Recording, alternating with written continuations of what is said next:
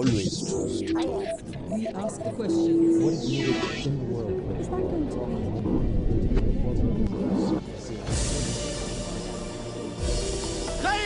From Syria and Iraq to Sri Lanka, Egypt, Ukraine, and once again Gaza and Israel. Accusations abound that human rights are violated. Headlines and sharp rhetoric about war crimes and crimes against humanity seem so common that they raise this question: are we as a global society in fact making progress in protecting human rights because of higher awareness, or are we actually heading in the wrong direction? Perhaps no one is better equipped to answer this question than this woman, Navi Pillay, the highest official in the United Nations responsible for monitoring and investigating human rights abuses around the world. Describing herself as the moral voice that the world created to speak truth to power, she's approaching the end of her term. And when we meet up with her in her office in Geneva, she takes us on a tour around the world that offers little, if any, good news. Today, Navi Pillay talks to Al Jazeera. Navi Pillay, UN High Commissioner for Human Rights, thank you very much indeed. I'd like to start with Gaza, if I may. The UN Human Rights Council has voted for an inquiry into what were called violations of human rights in Gaza. What can an inquiry like that achieve without the cooperation of Israel, which has already signalled that it doesn't want to cooperate with an investigation like that? Obviously, it would be much better if Israel cooperates, because this inquiry will examine all sides, violations on all sides, and Israel has obviously complained about violations on the part of Hamas, which they say provoked their self-defense operation. But if they do not give us access to their country, we are well equipped to conduct these investigations. We've done it many times before, more recently in DPRK. We have already done 2 such investigations. In my time, at least, this was in 2009 and 2012, we were not given access there, the commissioners were not. But the information pours in, and from Israel. To what extent do you hold Hamas accountable for some of the things that have been going on there? I mean, they've been putting civilians at risk as well, and Israel say that you go easy on Hamas. Well, I delivered a 15-page statement to the Human Rights Council, and I said both sides were violating international humanitarian law and international human rights law, specifically the indiscriminate killing of civilians. International law is clear: you do not kill civilians. But Hamas, do you name them specifically? I reported, because we have staff on the ground tracking these things in Gaza and Ramallah, and I've reported 2,900 rockets and mortar fired from Gaza by Hamas just in a short period of a month. 2 years ago, I went to Sderot myself and saw these burnt out shells there, the shelters where children are forced to play indoors. So I see civilians in Israel, civilians in Gaza, children on both sides have a right to live. Tell me, if there is an inquiry that does find violations, without a referral to the International Criminal Court, what will it achieve? And we know that the US would probably block, through its power of veto through the UN Security Council, any referral to the ICC. Without that, what's the point of an inquiry? You know, there must be an inquiry. Let's see the principle of the importance of justice for victims, because this is a cycle that goes on and on, same patterns, and always it's civilians who pay the price. So therefore, there must be investigation. Perpetrators must be identified. They must be brought to justice. It's true, your question, Lauren, is correct. We don't have an immediate justice mechanism that can address this. But all these investigations are factual records, and they'll be very useful one day, either for national prosecution or international tribunal. Cambodia was 20 years after the event, for instance. Israel has suggested that you may have prejudged the issue because of your strong message at the Human Rights Council. Is that fair? Have you prejudged it? I have not prejudged it. I have extensive judicial experience. I was an appeals judge on the International Criminal Court. So I assure you, I'm speaking to the legal framework. The legal framework that was created by all states, and all of them have obligations to comply with. So I look at the law, I look at the criteria, which says you cannot have disproportionate killing, you have to provide a distinction between civilians and combatants, you cannot bomb civilian homes except under certain specific circumstances. So as I go through that checklist, I find that there's a violation pointing to the commission of war crimes and crimes against humanity. On that issue of accountability and following the law, you've asked for the perpetrators of violations in Syria to be referred to the International Criminal Court. Russia has already vetoed that move. Is there any hope for international justice with those kind of conflicts going on and not a prospect of the ICC's involvement? I am extremely disappointed that my calls again and again to the Security Council, which is the highest authority and has the power to do so, to refer the situation of Syria to the International Criminal Court. And actually my call has been picked up by very many states, at least 60 of them wrote, headed by Switzerland, supporting that call, because the crimes and the acts of violence and atrocities are at such an enormous level. No country should ignore that. You say you're disappointed. Are you frustrated? Do you think that actually the UN High Commissioner's role, obviously you're ending your tenure, but do you think that that role should have the power to refer to the ICC? Well, I'm not frustrated. The fact is it's only the Security Council that has the power to make such decisions or to make decisions about military intervention, sanctions and so on. My mandate is the protection and promotion of human rights. Therefore, I consistently bring these issues to the notice of authorities and states who can do something about it. In Syria, has the territorial advance of the Islamic State shifted the balance, do you think? I mean, are Western countries less likely to condemn what Assad is doing because they also see what Islamic State are doing? It's an extreme organisation. Has the pressure shifted off Assad, do you think, because of what's going on with Islamic State? Well, I hope not. These are serious violations, and many states, both in the Security Council and in the Human Rights Council and General Assembly, have condemned what is going on in Syria. Once again, in Syria, I've pointed to violations on both sides, on the part of the Assad government, their forces, and on the part of the opposition groups. And the Commission of Inquiry has done a much more factually sound-based account of what's going on. Now, of course, recent events are alarming. This is one of the outcomes of huge conflicts, the spillover into other states, and this is what's happening, the Syria into Iraq, and so I'm deeply concerned about the situation. You mentioned the spillover into Iraq.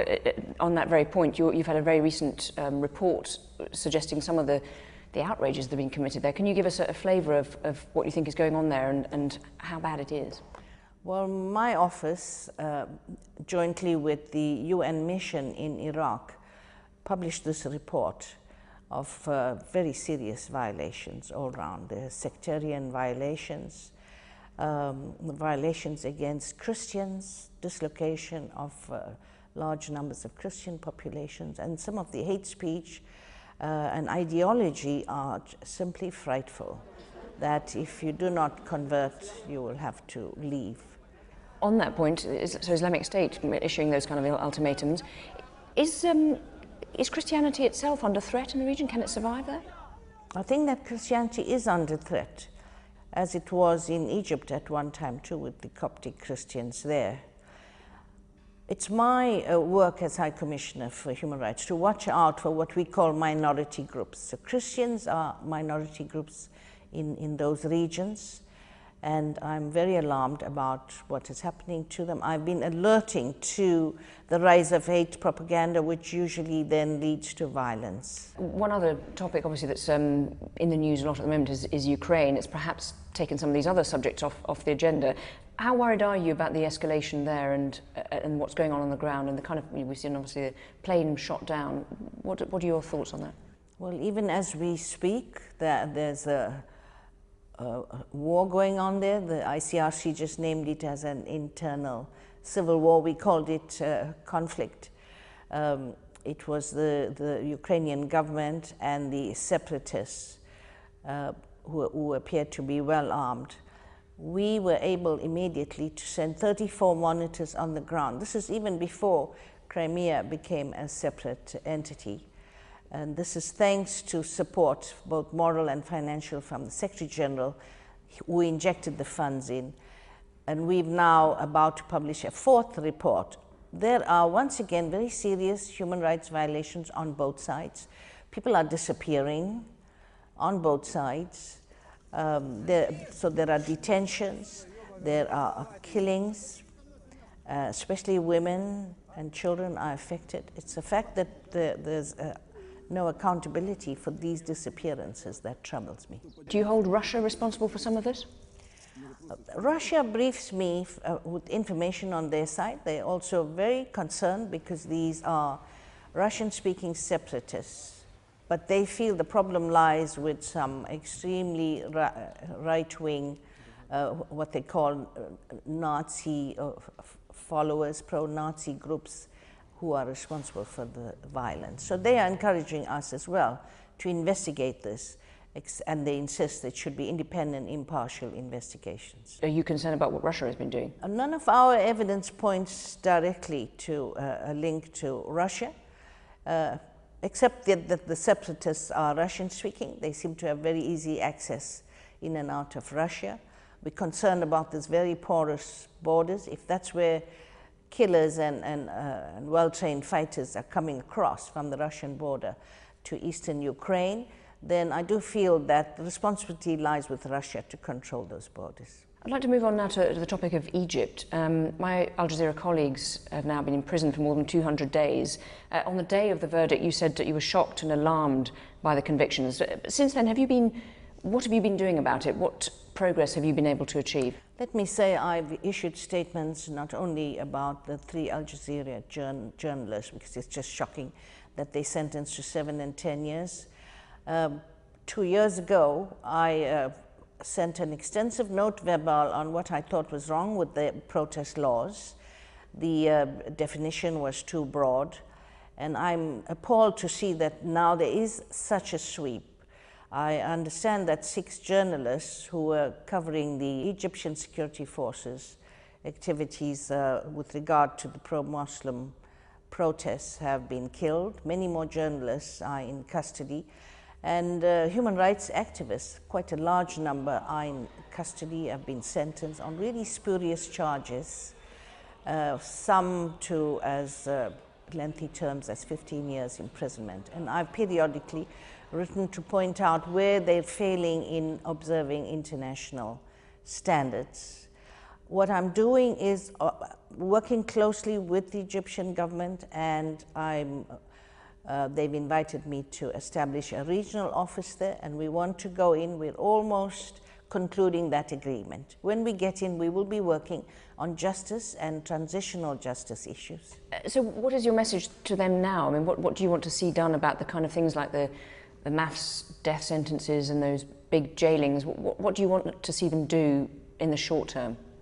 I have said that the procedures fell far short of standards, and was shocked that they can have such a large number of people in trial, most of them in absentia, and sentence them to death. Well, the process is still to come before the Grand Mufti. Any death penalty has to go before them. I've addressed criticism both of the imposition of the death penalty and secondly, that there should be proper trials, but mainly about the law itself. If it's too broad, as I suspected it was, then it's open to abuse. I'm calling for the release of all these people because they were exercising their legitimate right of freedom of expression and assembly. And just briefly to go back to our Al Jazeera colleagues and media freedom, how important is it to protect that? It's extremely important. You know, I know from our work, OHCHR works very closely.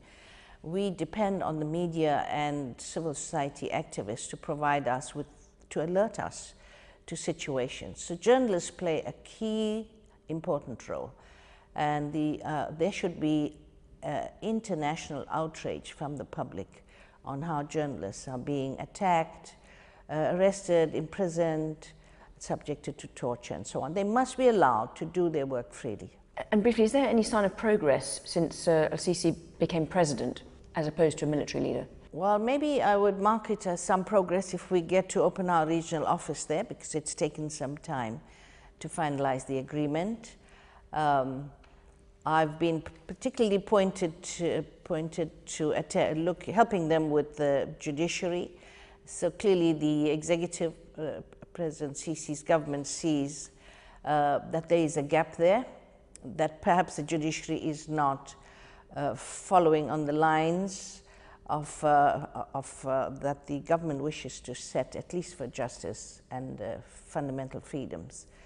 They have a long way to go, I would say, the new government. I'd like to take you now to Sri Lanka and this world tour. When my colleague James Bayes interviewed President Mahinda Rajapaksa in September last year, he called your report on the human rights situation there nothing but propaganda against Sri Lanka. How do you respond to that? These are several reports. The first one was done by the Secretary General's panel. It's true they're not investigations, they're facts. And these are facts said to very many people. There's a point of view on the part of victims. It's true the country is reconstructing, wants to move forward, but you have to address what victims are asking for. So I would totally reject the notion that it's propaganda and made up. These are facts mentioned to us, and again we placed it before them. Their own lessons learned commission has produced almost the same facts, I should say. And Sri Lanka was urged by the Council to implement the recommendations of your own LLRC, and they did not. On that point, you went to Sri Lanka on a fact-finding mission, and I think you found that while you were there, people were being harassed that you spoke to. Was that a low point in your tenure in the job? It certainly was, because people, out of great courage, sought means to communicate to us. One was a Jesuit priest, and all he was doing is documenting the names of people who had disappeared. And surely this should be in the interest of Sri Lanka to address that. Instead, they did harass the Jesuit priest after I'd left. The government arranged for me to see a number of religious leaders. Amongst them was a Christian priest who stood up but then burst out crying. And he said to me in Tamil that he's just unable to say the things they want him to say. And this is a group that the government had got together. So it was appalling. It left me with the conviction that people there really need international focus and international pressure. Does it get to you, the fact that you can have all the international pressure, you can write the reports, and then you still feel that your work is sort of rejected, if you like? Well, we have for the very first time had a UN body establish an investigation. So that has not happened before. So I believe, having learned lessons in South Africa, that you persist. There are many falls along the way, but you can only have gains at the end of it, because we are the moral voice for what the United Nations stands for. It is there to protect civilians and victims. Now, on a slightly less, so the lives is a less obvious kind of human rights issue, but you were quite outspoken on the issue of the NSA and Edward Snowden. You said that he shouldn't be charged. But I want to put a quote from President Obama to you. If any individual who objects to government policy can take it into their own hands to publicly disclose classified information, then we will not be able to keep our people safe or conduct foreign policy. Does he have a point? When you look at international law, there are two things here. International law protects the right to privacy. The Universal Declaration of Human Rights, the International Covenant on Civil and Political Rights, the United States prescribes to those standards. So when do you protect the right to privacy? When do you have incursions into that in the name of security? So we're calling for greater transparency. Will you tell us what's the criteria you are using? Usually, and this is my experience when we tried heads of government and ministers in the Rwanda tribunal, the information usually comes from insiders. And therefore the public has to weigh the interests of disclosure against interests of non-disclosure. I just want to talk about your legacy, if you like. You're coming to the end of this role. Critics have attacked you very personally at times, haven't they, in this job? With Syria, after you said that crimes were sanctioned by the very top, mentioning Assad, their response was to say that you were a lunatic, and people have called your reports propaganda. Do you think you are too outspoken? I mean, have you crossed any lines when you look back? I'm quite satisfied that I have not crossed certain lines. Why? Because I'm trained to work within the law. This legal framework was created by all member states, so it would be different if I created my own standard and imposed it. I stayed within that mandate, and I found that countries were satisfied that I was fulfilling the mandate when I'm criticizing other countries in faraway places. But as soon as I pointed to concerns in their own backyard, that's when they have these personal attacks and so on. But you know, Lauren, it's the entire world that created the position of High Commissioner for Human Rights. So they saw the need for someone to speak truth to power.